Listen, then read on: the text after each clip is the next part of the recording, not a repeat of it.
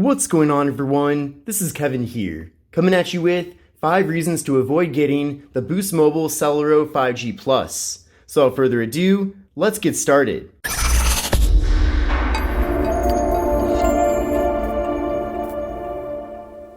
Now overall, I do think the Boost Mobile Celero 5G Plus is an excellent value for what it is. Now this phone is certainly not meant to compete with the more premium $1,000 smartphones, especially considering that it is offered at a fraction of that price. However, I have created a list of things that I do want to go over in this video that I do certainly think you will want to be aware of prior to getting the phone, just to make sure that there aren't any potential surprises. Now the first thing I want to discuss are the build materials. Now on a more positive note, this phone does look very nice. However, the build materials are made completely of plastic, besides the display, which is made of glass. Now for a phone in this segment, I certainly wouldn't expect it to be made of anything other than plastic. You just need to keep in mind though that plastic is much more prone to getting scratched up as time goes on. And for that reason, I do recommend pairing this phone up with some sort of case. Now I do like the overall appearance of this phone. I especially do appreciate that the back panel here does feature kind of a frosted finish, so the phone doesn't really pick up too many fingerprints. So certainly get a case to put on this phone so that the phone remains looking fresh as time goes on. Now the next reason to potentially avoid getting the Boost Mobile Celero 5G Plus is the software that we're getting here with the phone.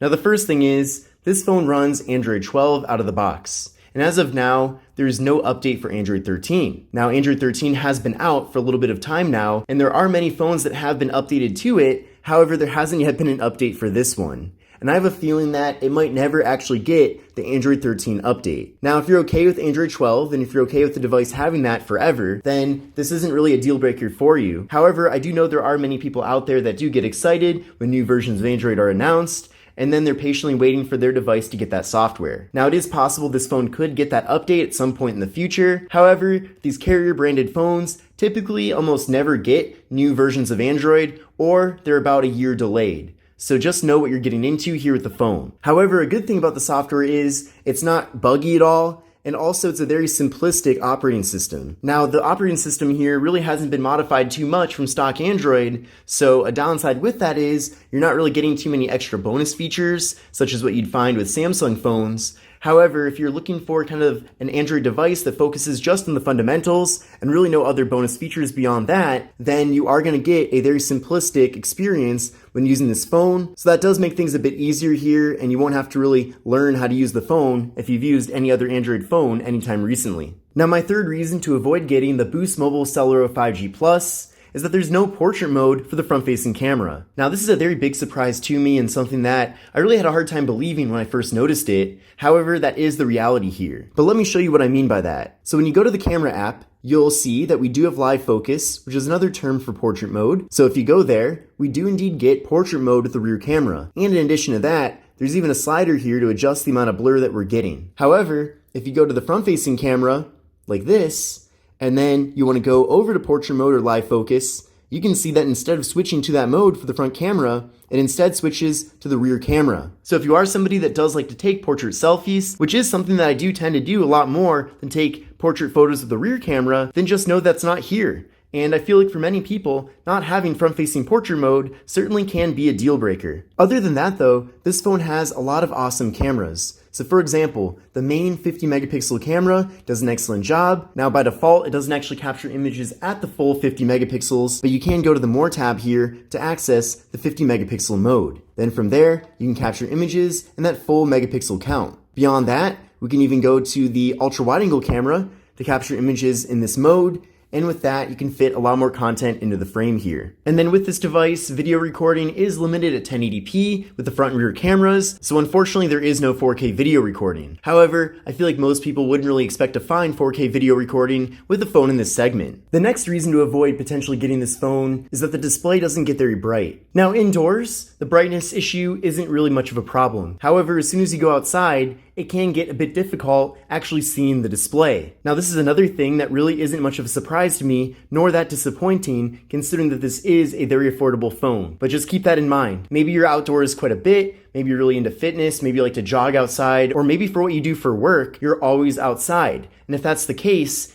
I could see it getting very annoying trying to look at this display even at full brightness just because it doesn't actually get that bright. Also, viewing angles can be a bit better as well. I feel like the lack of brightness with the display though is a compromise that did need to be made because other aspects of this display are very good. For example, the display is 1080p, and in addition to that, it does feature a 120Hz refresh rate. So things do run very smoothly here, and overall, the other aspects of this display beyond the brightness do feel very premium and impressive. And for the final thing I want to point out in this video, you might notice some frustrations with the processor not really being that fast. Now the processor here with the phone is the Qualcomm Snapdragon 695 5G, and the device does feature 6GB of RAM, so overall for a phone in this segment, performance is not bad at all. However, if you are someone who's coming from a more premium smartphone, maybe an older flagship device, like a Galaxy S10 for example, and for your next phone, you don't want to spend too much money, just keep in mind that even several years later, the lower end phones haven't really caught up with the performance of higher end phones from a number of years ago. So for the more basic smartphone tasks, such as phone calls, text messages, browsing the web, watching video content, the phone is plenty fast for that,